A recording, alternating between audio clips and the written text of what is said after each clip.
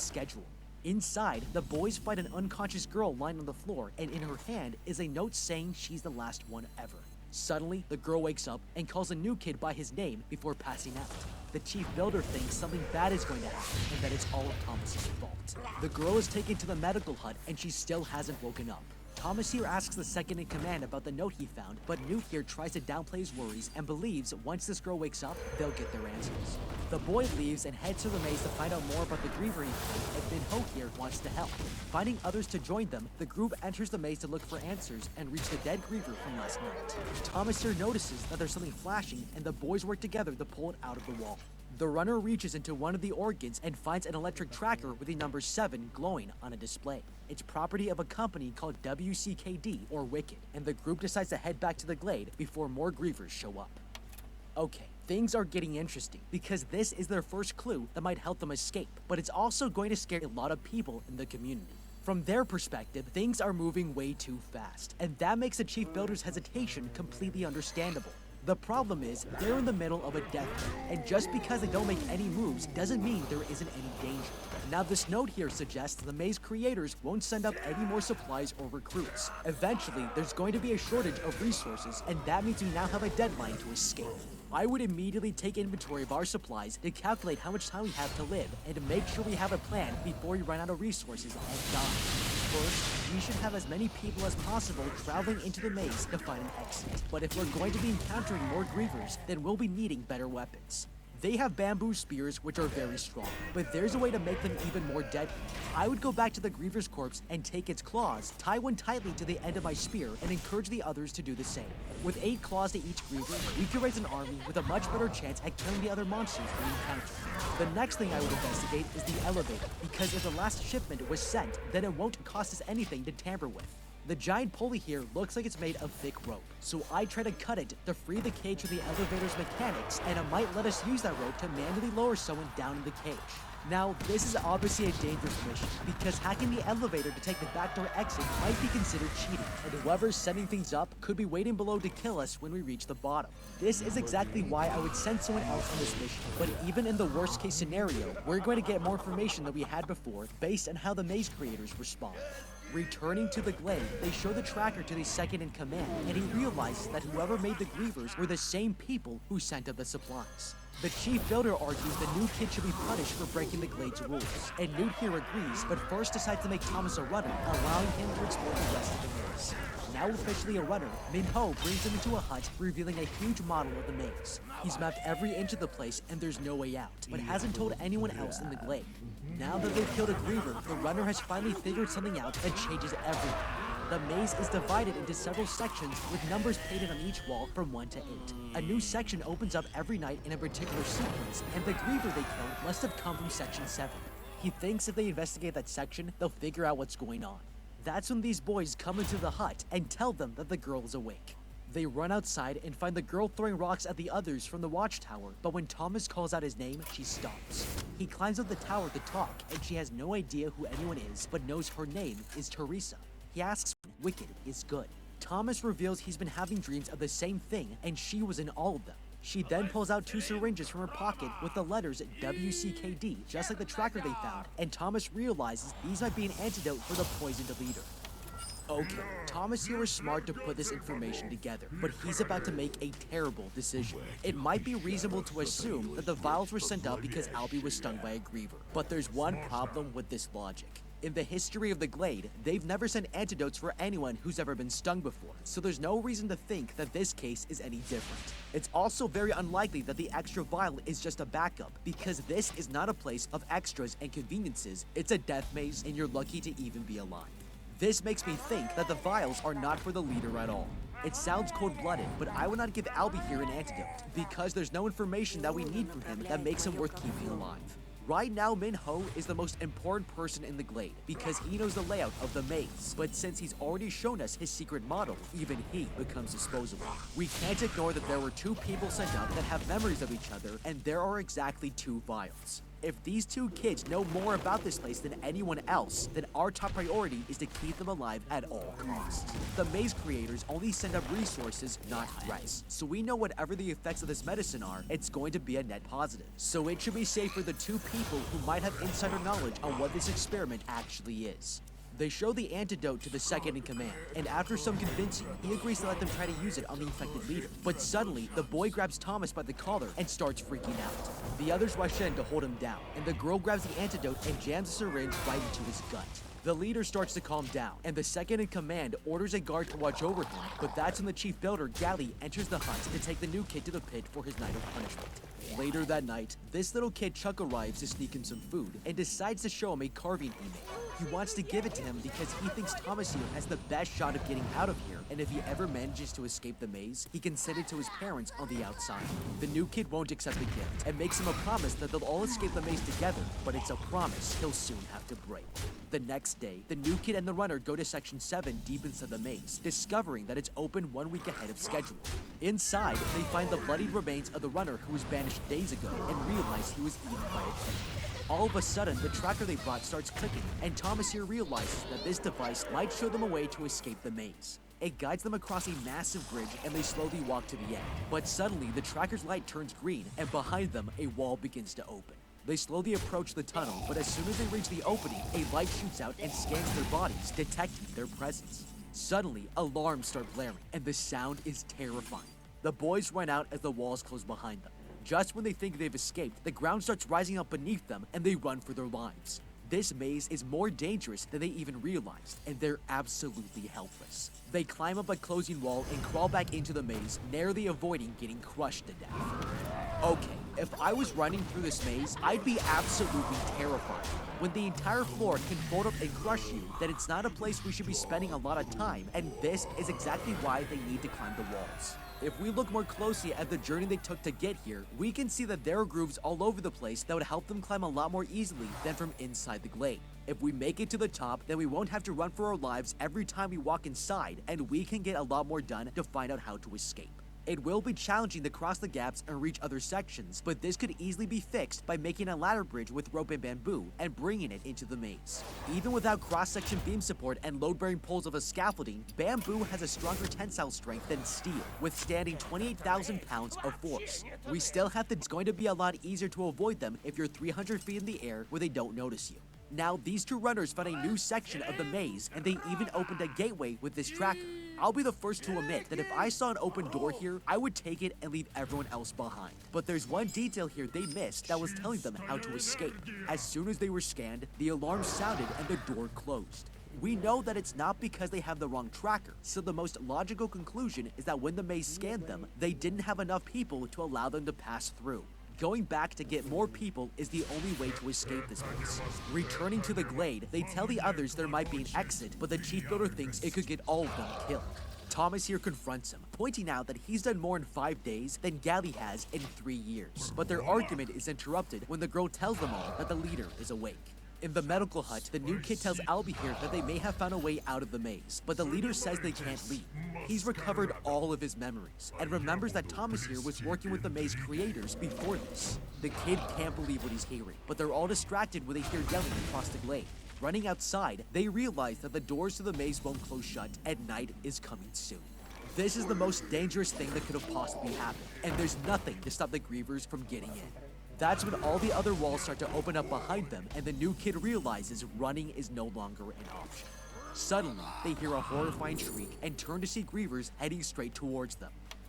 Okay, I don't know about you, but these people are shockingly unprepared for the situation and should all be embarrassed. Personally, my very first instinct is to leave every single one of them in the dust and lock myself in the elevator shaft alone to teach them all a lesson in survival. Unfortunately, the only way to escape this place is if we bring more people back to the scanner inside the maze. The best thing to do is gather the closest people and lead them to the elevator. As soon as it's full, I'm not opening the cage for anyone, not even my own grandmother. Now, it's a bit too late at this point, but there were some very basic things I could have done to prevent a worst-case scenario like this. The key thing is having obstacles to stop anything from easily charging into the glade. A common technique to prevent this is the cheval de frise, which is a simple barricade of long wooden poles and could have been one of the first lines of defense. Secondly, trenches and ditches could have been used to give the Gladers extra protection in case they needed to duck out of an attack. Instead of building a council hall, they could have dug bunkers. Every night they had to listen to the Griever's shrieks, and that would have been the first thing that crossed my mind. All they need is a place of safety to hide for a single night, and they couldn't even get out. Everyone scatters across the glade in a panic, and Thomas here runs through the cornfield as the monsters start picking people off. He finally makes it across the glade and reaches the leader in the medical hut, but more Grievers start surrounding them, and there are too many to fight off. Together, they all run towards the council hall, but one of the creatures comes crashing through a building and stops them in their tracks. They have nowhere to run, but without hesitation, the girl throws a lantern at its face and sets it on fire. The group makes it to the council hall, barricading the doors behind them, and they all think they're safe. But that's when a Griever shows up and breaks in through the roof. Suddenly, Chuck here gets grabbed by the Griever's tail and is about to be poisoned, but the leader hacks its stinger off and cuts him loose. They all think it's over, but the monster attacks again and yanks the leader out of the hut. The new kid tries to hold on to him, but with his dying words, Albie here tells him to set the boys free. The Griever yanks him out, and Thomas runs outside to look for him, but Albie's gone, and the glade is in ruins. Outside, the chief builder walks, blaming him for everything that happened. Standing up, Thomas here wonders if he might be right, but that's when he notices that the monster's stinger is still intact. He remembers that the leader's memory returned after he was poisoned, and has a crazy idea. Desperate for answers to escape the maze, the kid jams the stinger into his stomach and collapses to the ground as the poison begins to take effect. Okay, this was horrible timing. First of all, it's not a terrible idea to inject yourself with the poison and the antidote. He saw clear evidence that it restored all of Albie's memories, and that makes it totally worth it. The problem is that right now, he needs to be fighting for the future of the glade, and poisoning himself is going to make it impossible to control what happens next. When he passes out, Gally could take over and banish him into the maze if he wants to. If the chief builder was mad enough, he might even confiscate the antidote before Thomas here could get treated with it. He has no control over the situation at this moment, and that makes it a terrible idea. I would have waited to resolve the fight with Gally and found a safe place to test this poison in a controlled environment. Now, having said that, there's a much bigger cost to this than anyone even realizes. Right now, our only priority is to get as many people as possible to follow us into the maze so we can escape through that doorway. But that's going to be a lot more difficult when we've just been viciously attacked by Grievers. If we're the new kid, we should assume that everyone will be blaming us for this horrible situation, because as soon as we arrived, everything started changing, and now they don't even have a home. We need to make sure we can get everyone to trust us enough to escape together, and that's exactly why I would put all the blame on Gally, the chief builder. This whole time, he's been making the point that the maze is too dangerous to explore and doesn't want anyone to leave. He's also the chief builder, so he has the most knowledge and experience to build defensive structures for the glade. The fact that this Griever attack even happened is a strong case that Gally should not be leading anyone. He had 3 years to plan for their protection and prepare the glade for a possible attack, but he did absolutely nothing to prevent it. I would use this to drive all the survivors against him, and once they realize there's no point in staying in the ruins of their home, they'll leave Gally here in his empire of dirt and join us into the maze to help us all escape. He wakes up the next morning locked inside the pit to find his friends staring down at him from outside the cage. They tell him that the chief builder Gally has become the new leader and has forced everyone to choose between joining him or being banished. He's convinced the boys that Thomas is the cause of all of their problems, and that's when the new kid drops a truth bomb on him. The poison has made him remember everything, and he reveals that he and the girl were working with the maze creators to help study all the kids in the glade for 3 years in a massive experiment. Everyone is shocked, but the second in command says whoever he used to be doesn't matter, and right now all they need to focus on is survival. Later, the prisoners are brought out to the maze entrance to be banished, but the others start to question if the new kid might be right. The chief builder Gally tells them there is no escaping this place, and since Thomas has disturbed the peace, he's going to sacrifice them to the Grievers so that everything will go back to the way it was before. Gally here orders these 2 boys to tie the kid up, but when they grab him, he attacks, and his friends suddenly join in the fight, stopping the chief builder from intervening. They all realize that there's no going back to the way things were before, and Thomas is their last and only chance to escape. The new kid announces they're going to leave, and tells the other boys that they can't stay here forever, but he's certain he knows how to escape. They run through the maze with Thomas guiding them until they reach the same bridge they visited before in Section 7. Spotting a Griever at the end of the walkway, they fearlessly rush forward and attack it, working together to fight it off with their spears. The little kid and the girl run to the door with the tracking device when suddenly a wall opens up and they head deeper inside the tunnel. More grievers arrive and the boys can barely hold them off. And the girl tells Thomas that they need a code to enter. Realizing it's the maze's pattern, the runner here yells out the answer as the group retreats into the tunnel. And when the girl inputs the final number, the walls squish the grievers to death. Suddenly, a door swings open and they walk in to find a research lab with dead scientists all over the floor. Watching a video log recorded by the director of Wicked, he finds out that most of human civilization was destroyed by a solar flare, then an incurable virus spread, but only a very small percentage of the remaining population was immune to it. Wicked used the maze as an experiment to observe their behavior and try to figure out why these kids were so unique. All the kids were lab rats, and the video log ends with the woman taking the coward's way out as armed soldiers storm the lab. Okay, this is a horrifying revelation, but there's one detail here that I find even more upsetting. When the group walked into the room, the runner took the gun away from the dead guard as though he knew it was a dangerous weapon, but he didn't even consider picking it up. If it were me, I would have ordered them all to loot the bodies for both information and weapons. Most of them wouldn't know how to fire a gun because of memory loss, but Thomas's memory is restored so he could easily teach them how to use it. At the very least, if the outside world is a wasteland with a dangerous virus that turns people into rage zombies, we're going to be needing much more than spears and shells. Suddenly, the door to the outside world opens and Thomas here is about to lead them out, when Gally appears behind them and tells them to stop.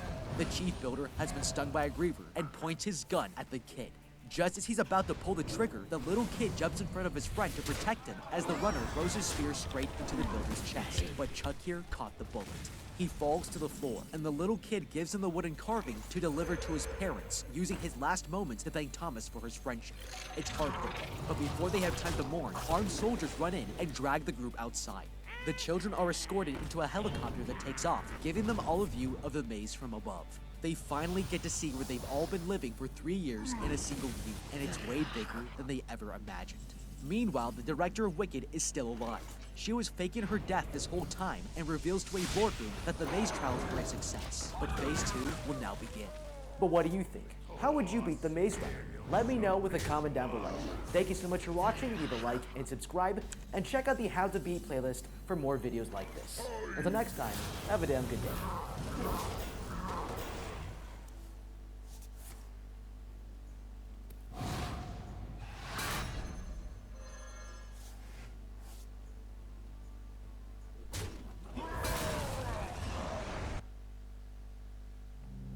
If you are trapped on a beach where one wrong step means getting eaten alive by a horrifying monster, what would you do?